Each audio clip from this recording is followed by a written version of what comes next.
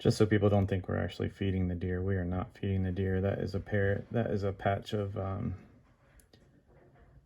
clay. There's like no topsoil there really, so we throw things out there to decompose, and every now and then the deer find something that they like, or they think they like, but we don't feed the deer. Like, I think that's an old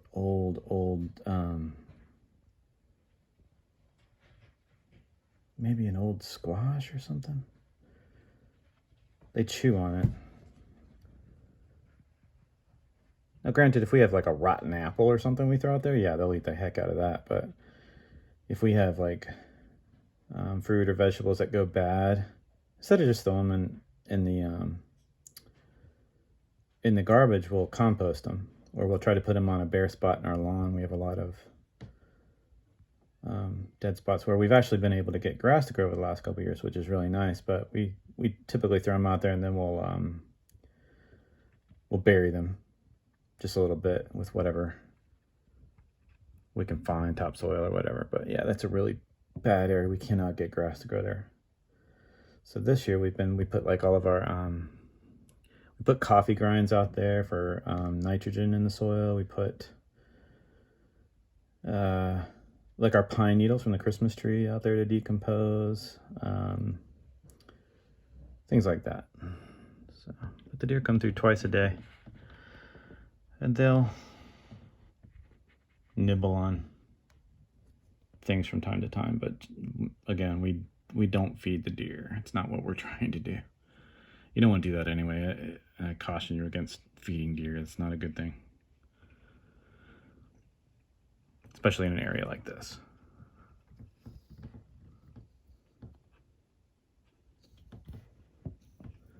One thing that is really nice is that the deer will come through and they'll dig up stuff, and they'll turn the soil over, and then they poo everywhere, which is also helpful to the soil.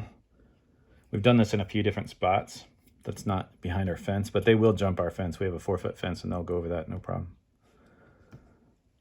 And the areas where we've tested this, we've been able to get grass to grow there. And all it takes is one winter, really. Fall, winter, spring, and we get grass growing. But yeah, we have a huge amount of deer in this neighborhood. They cull them every now and then, but I don't know if they've been culled this year.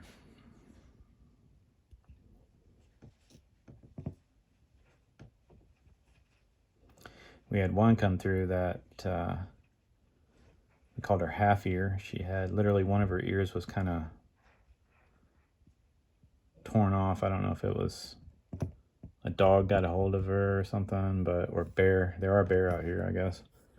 That could have happened, or it just could have been a birth defect for all we know. We called her half ear, but she had a jacked up jaw too. So she couldn't chew a lot of things, and she was skin and bones. And we were content to let nature take its course, but we felt so bad because she kept coming in the yard. She would come right up to us. I think people were feeding her, because deer generally around here, they're pretty docile, and they're so used to people that if I were to open this window right now, I might spook them for a second, but they would come right back. I'll confess, we did give her tomatoes every now and then. We had tomatoes growing in the backyard. And it took her forever just to eat a single tomato. I don't think she's made it through the winter time. But that's the only time we've really intentionally fed the deer. And you could almost feed her by hand. So we have 1, 2, 3, 4, 5, 6, 7, 8 out here right now. We had a couple huge bucks come through this year. Giant racks on those things. I mean, some of the biggest racks I've ever seen in Virginia. We have an albino deer somewhere. And we have a white deer. 2 different things, apparently. The ghost of Virginia dare. She's been spotted. And we have a piebald deer as well. I haven't seen that one. I think Mary has seen it. But we have a piebald deer as well, and they're really cool looking. They look like, if you've never seen one, they're kind of, think of a brown and white cow kind of mottled look. It's really neat.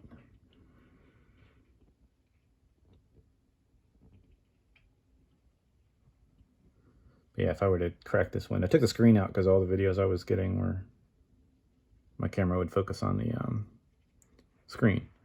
So I took the screen out and then we cleaned the heck out of the window. But if I were to open it right now, they'd jet. But you never know, I could try it. Let's see.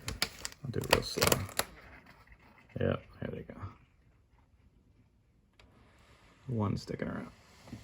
Let's see.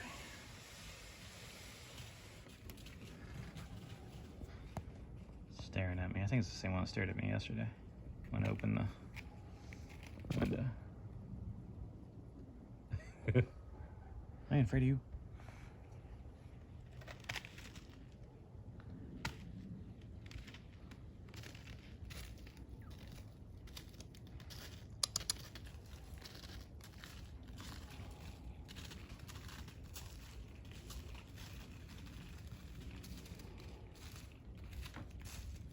All right, I'll see you guys in the morning. They bed down back there at night. Sometimes they'll come across and they'll get into the peanut feeder that we have out for the squirrels. They'll jump over the fence.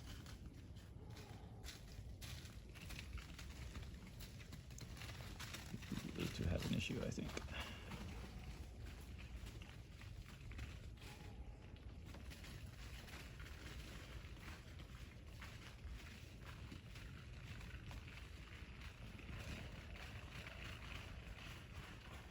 All right, see you guys.